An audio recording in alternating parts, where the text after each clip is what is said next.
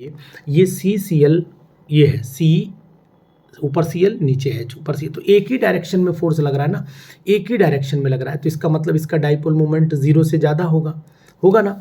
लेकिन अगर इसी मॉलिक्यूल को हम देखें यहाँ पर डाइपोल मोमेंट आपको क्या जीरो के बराबर निकलेगा, क्योंकि ये क्लोरीन और ये क्लोरीन एक दूसरे की अपोजिट कंडीशन पर है, that's why dipole moment zero. Same condition यहाँ पर भी आ रही है, यहाँ पर भी आ रही, सेम कंडीशन आ रही कि ये क्लोरीन इस क्लोरीन को अपोजिट फोर्स ऑफ अट्रैक्शन के थ्रू जो है वो कैंसिल आउट कर दे रहा है। तो यानी कि अगर आपसे पूछा जाए कि कंडीशन सिस और ट्रांस वाली बात आ जाए, तो यहाँ पर ये कंडीशन आपको सिस दिखाई दे रही है, ये कंडीशन आपको यहाँ सिस दिखाई दे रही है, और ये कंडीशन यहाँ पर आपको ट्रांस दिखाई दे रही है। ट्रांस में हमेशा डाइपोल मोमेंट आपको जीरो दिखेगा, लेकिन सिस में यहाँ जीरो नहीं दिखेगा। सेम कंडीशन यहाँ पर भी है, वही हालात यहाँ पर भी दिखाई दे रहे हैं, तो ये बात भी आप ध्यान देना। यहाँ पर चले आओ, ऑर्थो पोजीशन का आप थीटा देखो और मेटा का थीटा देखो, मेटा का और पैरा का थीटा देखो, सबके अगर थीटा देख लेते हो तो साफ नजर आएगा।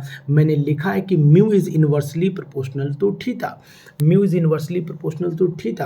अब म्यू जो है वो थीटा कहाँ ज़्यादा है, थीटा आपको यहाँ ज़्यादा दिख रहा है ना, यहाँ पर जब यहाँ थीटा ज़्यादा दिख रहा है तो सिंपल सी बात है कि यहीं पर डाइपोल मोमेंट कम हो जाएगा, यहाँ थीटा और यहाँ थीटा आया ना जलवा। तो इसका मतलब सिंपल सी बात है कि अगर हमें ये पैटर्न याद है, तरीके याद हैं, तो हम आसानी से आंसर निकाल लेंगे।